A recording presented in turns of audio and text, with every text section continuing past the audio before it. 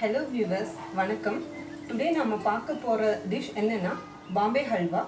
இத செய்யறதுக்கு ரெண்டு பொருள் போதும். ஒன்னு ஹல்வா மிக்ஸ், அப்புறம் பால்.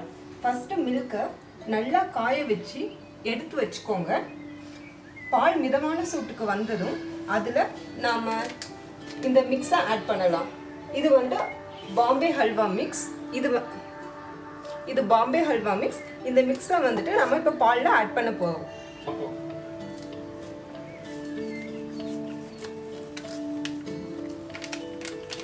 இந்த மிக்ஸை நான் ஆட் பண்ணும்போது நான் ஸ்டவ் வந்துட்டு ஆஃப் பண்ணி தான் வச்சுருக்கேன். ஸோ இந்த மிக்ஸை வந்துட்டு நல்லா நம்ம கிளறிட்டு கட்டி இல்லாமல் கிளறிட்டு அதுக்கு அப்புறமா நம்ம ஸ்டவ் ஆன் பண்ணி நம்ம வந்துட்டு இதை வந்துட்டு வேக வச்சுக்கலாம்.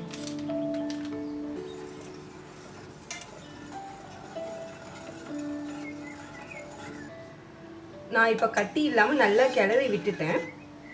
இப்போ நான் ஸ்டவ்வை ஆன் பண்ண போகிறேன். இப்போ ஸ்டவ்வை ஆன் பண்ணி மிதமான சிம்மில் வச்சுக்கோங்க. ஸ்டவ் ஆன் பண்ணி அதை சிம்மில் வச்சு இப்போ இதை கிளறி 10 நிமிஷம் வந்துட்டு இதை கிளறிக்கிட்டே இருங்க. இதோட பதத்துக்கு வந்ததுக்கு அப்புறமா நம்ம ஆஃப் பண்ணிக்கலாம். ஸோ இப்போ வந்துட்டு இது நான் கிளறிக்கிட்டு இருக்கேன்.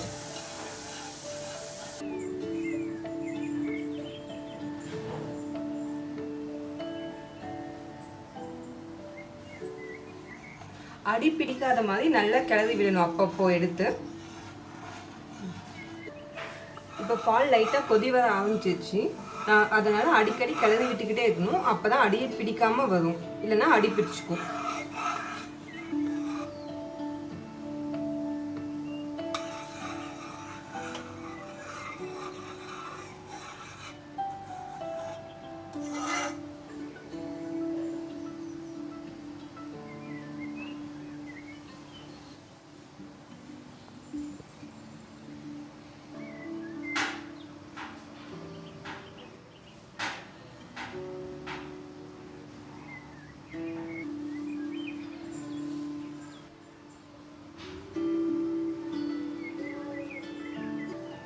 இப்போ பால் நல்லா சுண்டிடுச்சு.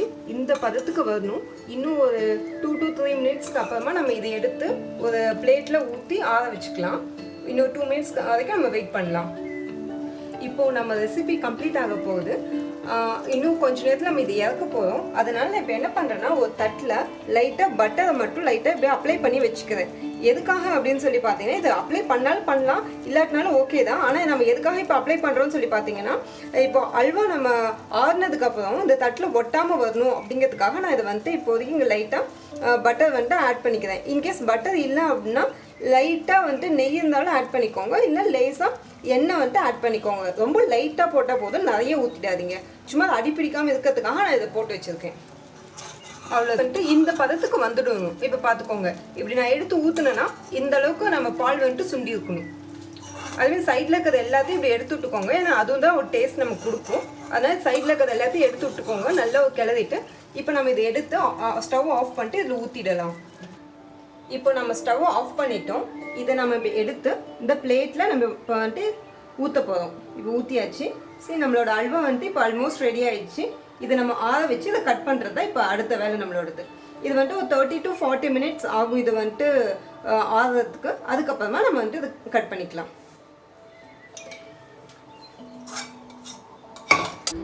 ஓகே, இப்போ நான் பாதாம் வந்துட்டு பொடி பண்ணி வச்சுருக்கேன். அதை வந்துட்டு இப்போ நம்மளுடைய ஹல்வா மேலே லைட்டாக தூவி இன்னும் கொஞ்சம் டெக்கரேட்டிவாக காமிச்சிக்கலாம். இது இன்னும் கொஞ்சம் டேஸ்ட் வந்துட்டு சேர்க்கும்.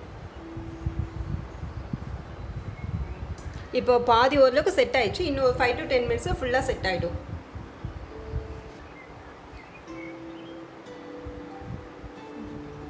நம்ம ஹல்வா இப்போ ரெடி ஆயிடுச்சு. இதை இனிமேட்டு நம்ம கட் பண்ணி நம்ம சர்வ் பண்ண வேண்டியதுதான். இந்த மாதிரி புது புது ரெசிபிஸை நீங்கள் பார்க்கணும் அப்படின்னா டிடி குக் ஹவுஸை சப்ஸ்கிரைப் பண்ணுங்கள். மறக்காமல் உங்களோட கமெண்ட்ஸையும் ஷேர் பண்ணுங்கள்.